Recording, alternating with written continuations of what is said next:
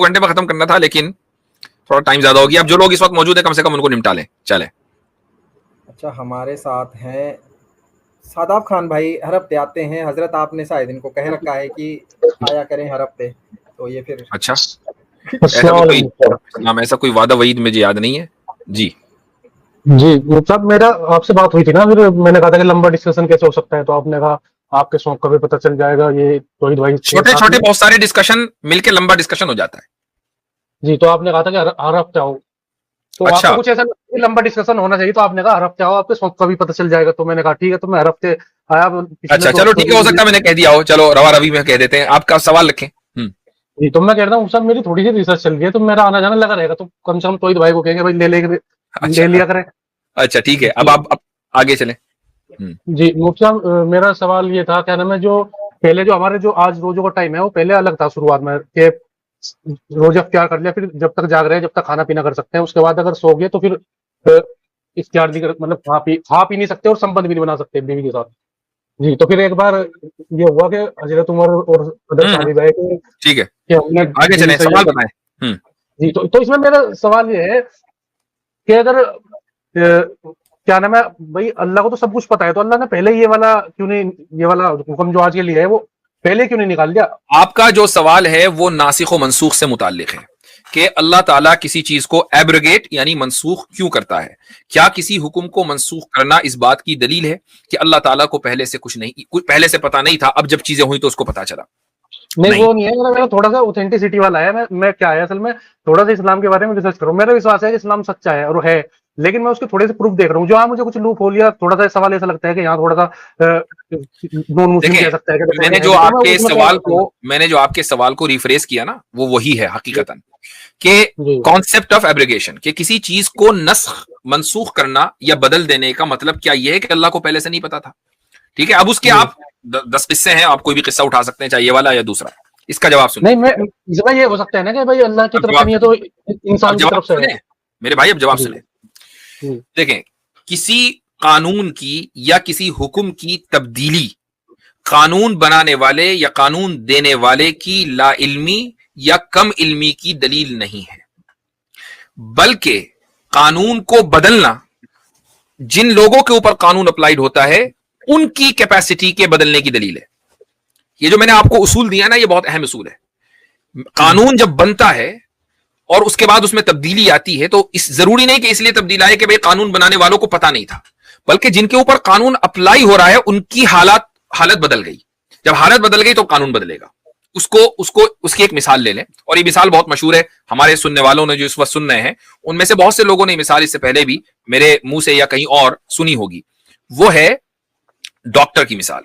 आप किसी अपने फैमिली फिजिशियन के पास या किसी फिजिशियन के पास जाएं और कोई बीमारी अगर खुदा ना खास्ता आपको हो और उसका इलाज लंबा चलना हो, तो डॉक्टर के जहन में ये होता है कि भाई शुरू में ये वाली दवा देंगे, फिर उसकी एमजी कम कर देंगे, फिर दूसरी दवा देंगे. उसके जहन में पूरा एक कोर्स है. ये जरूरी नहीं कि वो कोर्स आपके इल्म में हो. 1 महीने के बाद हालत में कुछ सुधार आया, उसने दवा बदल दी.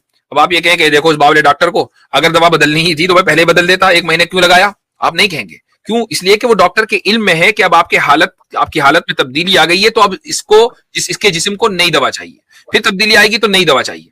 तो ये दवा का बदलना उस डॉक्टर की कम इल्मी की दलील नहीं है, बल्कि आपकी हालत के बदलने की दलील है.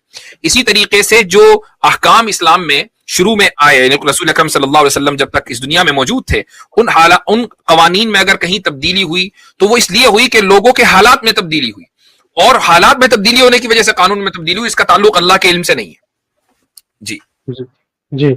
तो मुफ्ती साहब, इसमें जो आज का टाइम है, इस टाइम में अगर पहले ही लागू हो जाते तो इसमें कोई प्रॉब्लम थोड़ी थी उसमें. उसकी वजह यह है, आज भी अगर रसूल अकरम सल्लल्लाहु अलैहि वसल्लम होते तो आज भी तब्दीली हो रही होती. चूंकि हमारे हालात बदलते, तब्दीली आज भी हो सकती थी. लेकिन जब ये ऐसा ही है कि भाई डॉक्टर की वाली मैं मिसाल लेकर आऊंगा कि डॉक्टर ने आपको 3 महीने का कोर्स कराना था, 3 महीने का कोर्स कराया. अब समझ लो दुनिया के सारे डॉक्टर मर गए, कोई डॉक्टर जिंदा ही नहीं है. अब आपका इलाज कौन करेगा भाई? वो वाला कोर्स ना कोई बदल सकता, अब जो है तो है. सारे डॉक्टर मर गए. चूंकि डॉक्टर नहीं है तो कोई इलाज बदल नहीं सकता है. इलाज बदलने के लिए डॉक्टर चाहिए. तो इसी तरीके से हुक्म बदलने के लिए नबी चाहिए. नबी ही नहीं है तो हुक्म नहीं बदलेगा. जो है अब वो फाइनल है. जी. तो मैं कह रहा हूँ वो तो पता था ना कि ऐसा हादसा पेश आएगा अल्लाह को, तो वो तो मैं कह रहा ये वाला टाइमिंग रखा जा सकता था ना. وہ اس لیے اسلام کے زیادہ تر میں نے قانون جو دیکھے ہیں وہ پہلے آسان ہوتے ہیں پھر بعد میں مشکل ہوتے ہیں. یہ پہلے مشکل کرا پھر آسان کرا. اس کی وجہ دیکھیں یہ بھی ہوتی ہے کہ بعض مرتبہ اللہ تعالیٰ اس حکم کی تبدیلی یا نیا حکم نازل کرنے کے لیے کسی واقعے کو دیکھتا ہے کہ جب وہ واقعہ ہو گیا اس کے بعد وہ حکم آئے گا تو لوگوں کو زیادہ آسانی محسوس ہوگی اور لوگوں کو کیا کہنا چاہیے, لوگوں کو یاد رہے گا. اس کی ایک مثال دیتا ہوں میں. قرآن کریم کی ایک آیت ہے 5ویں پارے میں, غیر اولی الضرر. اس آیت کا مطلب یہ ہے کہ اللہ تعالیٰ نے قتال کا حکم دیا کہ بھئی جو لوگ قتال نہیں کرتے وہ ان لوگوں کے برابر نہیں ہے کہ جو لوگ اللہ کے راستے میں جہاد کرتے ہیں. دونوں کے درجات میں بڑا فرق ہے. اب ایک صحابی آئے, انہوں نے کہا کہ یا رسول اللہ میں تو نابینا ہوں, میں تو جہاد کر ہی نہیں سکتا, میرا کیا؟ تو قرآن کا یہ جملہ نازل ہوا غیر اولی الضرر کہ ہاں جن لوگوں کو اگر کوئی ایسی صحت کا مسئلہ ہے, کوئی فزیکل ان کو پرابلم ہے, نابینا ہے بندہ, تو اب یہ حکم اس کے لیے نہیں ہے. وہ اگر گھر میں بھی بیٹھا ہے تو یہ نہیں کہا جائے گا کہ بھئی اس نے یہ گنہگار ہے یا یہ کہ اس کو کوئی فکر نہیں ہے دین کی, یہ نہیں کہا جائے گا. تو اللہ تعالیٰ نے ایکسکلوڈ کر دیا. اب اگر کوئی یہ کہنے لگے کہ بھئی جب پہلے سے پتا تھا کہ نابینا بھی ہوں گے اور دوسرے جسمانی آزار والے لوگ بھی ہوں گے تو اللہ تعالیٰ پہلے ہی نازل کر دیتا غیر اولی الضرر, یہ کہنے کو تو کہا جا سکتا ہے. لیکن جب یہ واقعہ ہو گیا اور اس واقعے کے بعد غیر اولی الضرر ایک ٹکڑا قرآن کا نازل ہوا تو اب ساری امت کو پتا چل گیا کہ غیر اولی الضرر کے معنی کیا ہے. چونکہ ضرر کے معنی آتے ہیں نقصان, اب نقصان کو تو کسی بھی طرح ڈیفائن کر سکتے ہیں, لیکن جب آپ نے اس صحابی کی سٹوری سے اس لفظ ضرر کو جوڑا تو آپ کو پتا چلا کہ ضرر سے مراد ایسا ضرر ہے کہ جس کی موجودگی میں بندہ جہاد کر ہی نہیں سکتا. وہ لنگڑا ہے, وہ نابینا ہے, یا وہ کسی طرح کا ایسا عذر ہے کہ جس کی وجہ سے وہ میدان جہاد میں نہیں جا سکتا, وہ ایگزمپٹ ہے. ورنہ پھر ہر ایک آدمی اپنے نقصان کو نقصان ہی بتائے گا, تو اس کے پیچھے حکمت ہوتی ہے. جی جی, تو ہاں تو میرا یہ سوال تھا صاحب. جی اچھا, تو میں یہ کہہ رہا ہوں, میں سوال نہیں پوچھ رہا ہوں صاحب, میں کچھ کہنا چاہ رہا ہوں آپ کو. جی وہ میں پہلے بھی کہا تھا, میرا ایک چھوٹا سجیشن ہے وہ دے رہا ہوں, وہ آپ کو اچھا لگے. میں کہہ رہا ہوں صاحب, جو بھی آپ کے پاس مسلمان لوگ آتے ہیں تو وہ زیادہ تر فقہی کوشچن نہیں پوچھتے, یہ لوجک والے ہی پوچھتے ہیں کچھ, یا ان کا کچھ ڈاؤٹ ہوتا ہے.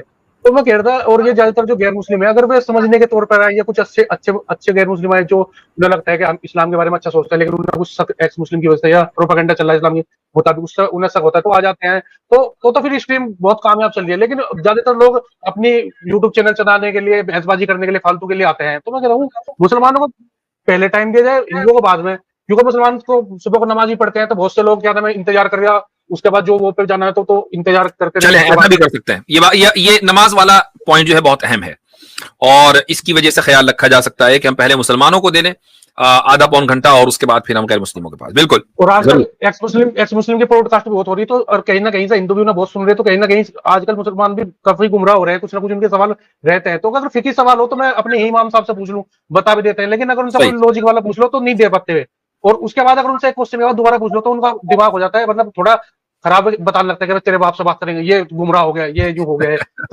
تو یہ والی بات ہے. تو میں یہی چاہ رہا تھا کہ مسلمانوں کو ٹائم اچھا خاصا ادھا دیا جائے, نہیں تو میں دیکھ رہا پچھلے ہفتے آدھا گھنٹہ ہی ٹائم ملا مسلمانوں کو. جی ہاں, یہ بات صحیح ہے کہ پہلے بات کر لیں گے. بالکل ٹھیک. اور نماز کا جو بات رکھی آپ نے وہ اہم ترین بات ہے. بالکل جی, چلیں آدھا گھنٹے مجھے اس میں انہوں نے 1 گھنٹے اسٹریم میں رکھا, اس کے بعد کیا نام نکال دے, نمبر ہی نہیں آیا. تو ایسا نہ کرے, لنک کیا کرے 1 گھنٹے پہلے ہٹا دے گا لنک, جیسا جتنے کو بھی لینا اتنے کو لے کر 1 گھنٹے پہلے لنک ہٹا دو. ٹھیک. جی جی, اور پرائیویٹ چیٹ میں تھوڑا دھیان بھی دے لیں. یہ تھا میرا. جزاکم اللہ خیر. چلیں ٹھیک ہے. اب اگر آپ ہی جو ہے 15 منٹ لے لیں گے تو کہاں سے مسلمانوں کو 1 گھنٹہ دیا جائے گا, پھر تو 4 ہی لے لیں گے. 4 ہی مسلمان جو ہے وہ 15 گھنٹے بات کر پائیں گے, اور حضرت میں 2 گھنٹے کے لیے آنا ہوتا ہے, تو تھوڑا خیال کالر بھی رکھا کریں ذرا. سبق پھر پڑھ صداقت کا, عدالت کا, شجاعت کا, لیا جائے گا تجھ سے کام دنیا کی امامت کا. سبق پھر پڑھ صداقت